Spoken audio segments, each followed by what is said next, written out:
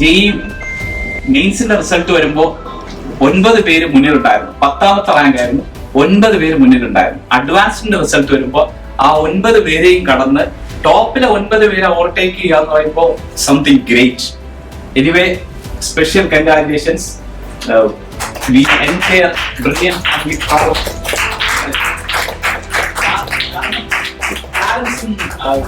Really നമുക്ക് ideal ആക്കാവുന്ന parents ആണ്. അവരുടെ ഫോളോ അപ്പും അവര് നമ്മളോടുള്ള ഇടപെടലും ഒക്കെ വളരെ പൊളൈറ്റ് ആണ്, അവര് വളരെ ഡീസന്റ് ആണ്. Anyway, thanks.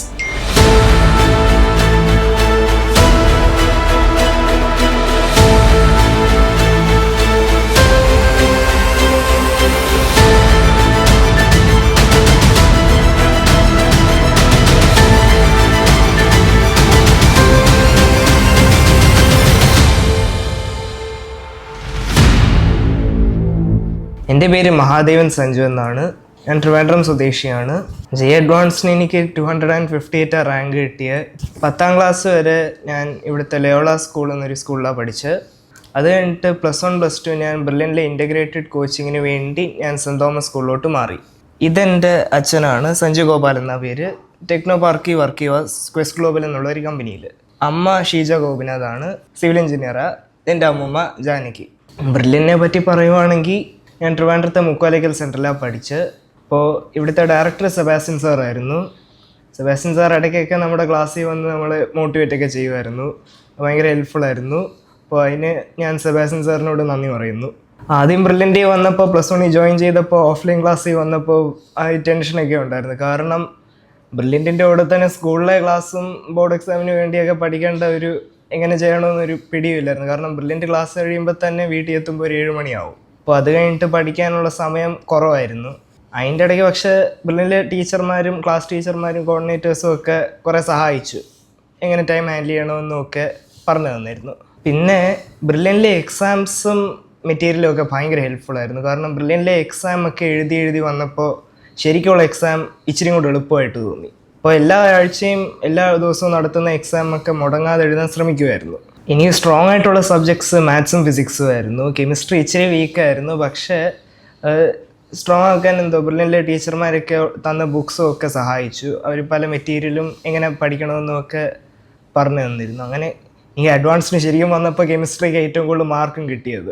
ബ്രില്യൻറ്റിലെ എക്സാംസ് ഒക്കെ എഴുതുമ്പോൾ ഇടയ്ക്കൊക്കെ റാങ്കൊക്കെ കുറയുമായിരുന്നു. എന്ന് വെച്ചാൽ 20 ഒക്കെ ഇപ്പം 2 കിട്ടി, പക്ഷേ 20 ഒക്കെ അതിലും കുറഞ്ഞ എക്സാംസും ഉണ്ട്. അപ്പോൾ പക്ഷെ അതൊക്കെ ആ ദിവസം എക്സാം എഴുതി കഴിഞ്ഞിട്ട് ആ ദിവസം അതിൻ്റെ അനാലിസിസ് ചെയ്യാൻ എപ്പോഴും ഞാൻ ശ്രദ്ധിക്കുമായിരുന്നു. അപ്പോൾ അനാലിസിസ് ചെയ്യുന്ന ഹെൽപ്ഫുള്ളാണ്. അപ്പോൾ അറിഞ്ഞുകൂടാത്ത കാര്യങ്ങളൊക്കെ കൂടുതൽ മനസ്സിലാവും. അപ്പോൾ അടുത്ത എക്സാമിന് കൂടുതൽ ഇമ്പ്രൂവ്മെൻ്റ് ഉണ്ടാവാനുള്ള ചാൻസും ഉണ്ട്.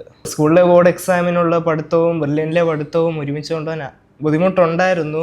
11th വന്നപ്പോൾ ഭയങ്കര കൺഫ്യൂഷനായിരുന്നു, എന്ത് ചെയ്യണം, എങ്ങനെ പഠിക്കണം എന്നൊക്കെ.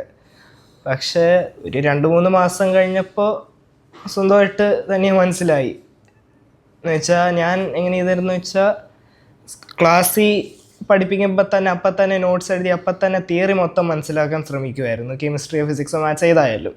എന്നിട്ട് വീട്ടിൽ വന്നിട്ട് അതിനെ ബേസ് ചെയ്തിട്ടുള്ള സ്റ്റഡി മെറ്റീരിയലും വർക്ക് ബുക്കിലെ ക്വസ്റ്റ്യൻസും ഒക്കെ PYQസും ഒക്കെ നോക്കുമായിരുന്നു.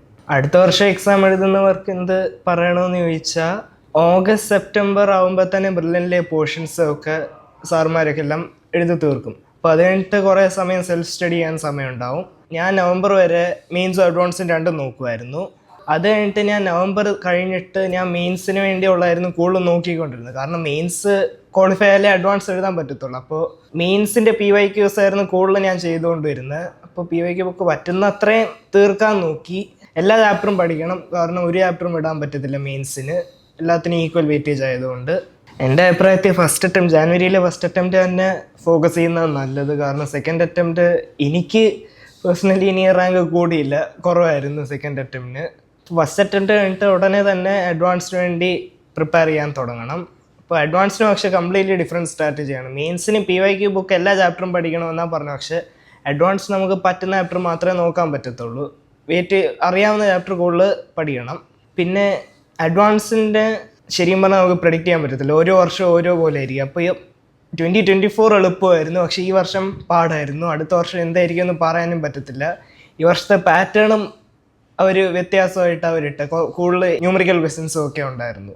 ഒന്നും പ്രഡിക്റ്റ് ചെയ്യാൻ പറ്റത്തില്ല അഡ്വാൻസിനെ പറ്റി. അപ്പോൾ ബ്രില്യൻറ്റിലെ എക്സാംസും ഒക്കെ അവർ പല രീതിയിലാണ് നടത്തുന്നത്. അപ്പോൾ ഓരോ എക്സാം ഓരോ മാർക്കും ഓരോ പാറ്റേണും ഒക്കെയാണ്. ഇപ്പോൾ ബ്രില്യൻറ്റിലെ എക്സാമൊക്കെ എല്ലാ ദിവസവും എഴുതുന്ന പാടാണെങ്കിലും ബ്രില്യൻറ്റിലെ 6 മണിക്കൂറിൻ്റെ എക്സാം എഴുതുന്നത് നല്ലതായിരിക്കും. പലരും ചോദിച്ചിട്ടുണ്ട് എന്തുകൊണ്ട് ട്രിവാൻഡ്രത്ത് തന്നെ നിന്ന് പഠിച്ചു എന്ന് ചോദിച്ചിട്ടുണ്ട്, വേറെ ഹോസ്റ്റലിലൊന്നും പോകാത്ത എന്താണെന്ന് ചോദിച്ചു. പക്ഷെ ട്രിവാൻഡ്രത്ത് നിന്നിട്ട് ഇനി നല്ലോണം പഠിക്കാൻ പറ്റി, വലിയ കുറവൊന്നും തോന്നിയില്ല. സാറുമാരും കോർഡിനേറ്റർമാരും എല്ലാവരും ഭയങ്കര സപ്പോർട്ടുമായിരുന്നു. ഒരു എക്സ്ട്രാ സ്ട്രെസ്സൊന്നും ഇല്ലായിരുന്നു. എന്തിനുണ്ടെങ്കിലും എന്ത് വിഷമം ഉണ്ടായിരുന്നെങ്കിലും സഹായിക്കുമായിരുന്നു. പിന്നെ ലൈബ്രറി ഒക്കെ അടിപൊളിയായിരുന്നു. എല്ലാ ബുക്സും ഉണ്ടായിരുന്നു, ആവശ്യമുള്ള അഡ്വാൻസിനും മെയിൻസിനും എല്ലാം ഉണ്ടായിരുന്നു ബുക്സ്. ഒളിമ്പ്യാഡിനും ഉള്ള എല്ലാം ഉണ്ടായിരുന്നു. സെബാസ്റ്റ്യൻ സാറിൻ്റെ ഇടയ്ക്ക് വന്നിട്ട് മോട്ടിവേറ്റ് ചെയ്യുന്നതൊക്കെ ഭയങ്കര ഹെൽപ്ഫുൾ ആയിരുന്നു. സെബാസ്റ്റ്യൻ സാറ് നമുക്ക് വേണ്ടി ചെയ്യുന്നതെല്ലാം നല്ലതായിരുന്നു. അഡ്വാൻസിന് എനിക്ക് 258 റാങ്ക് കിട്ടിയത്. ഇത്രയും നല്ലൊരു റാങ്ക് കിട്ടാൻ പലരും എന്നെ സഹായിച്ചിട്ടുണ്ട്. ബ്രില്യൻറ്റിലെ ടീച്ചർമാർ, ഇവിടുത്തെ കോർഡിനേറ്റർമാർ, പിന്നെ അല്ലാതെ സ്കൂളിൽ പഠിപ്പിച്ച ടീച്ചർമാരും ഒക്കെ ഭയങ്കര സപ്പോർട്ടീവായിരുന്നു. പിന്നെ 10ാം ക്ലാസ് വരെ എൻ്റെ ബേസ് മൊത്തം സ്ട്രോങ് ആക്കിയ ലയോളയിലെ ടീച്ചർമാരോടും ഞാൻ നന്ദി പറയുന്നു. പിന്നെ കൂട്ടുകാർ എന്ത് വിഷമം ഉണ്ടായിരുന്നെങ്കിലും സഹായിക്കുമായിരുന്നു, അവരും സപ്പോർട്ടീവായിരുന്നു. പിന്നെ അച്ഛനും അമ്മയും കുടുംബം മൊത്തം എന്നെ എല്ലാത്തിനും എന്ത് വിഷമം എന്ത് ഉണ്ടായിരുന്നെങ്കിലും കൂടെ നിൽക്കുമായിരുന്നു. ഇനി വരുന്ന കുട്ടികൾക്ക് ഇനി അടുത്ത വർഷവും അതിൻ്റെ അടുത്ത വർഷമൊക്കെ എൻജിനീയറിംഗ് ആയാലും നീറ്റായാലും എഴുതാൻ പോകുന്ന കുട്ടികൾക്ക് എൻ്റെ ആശംസ ഞാൻ അറിയിക്കുന്നു.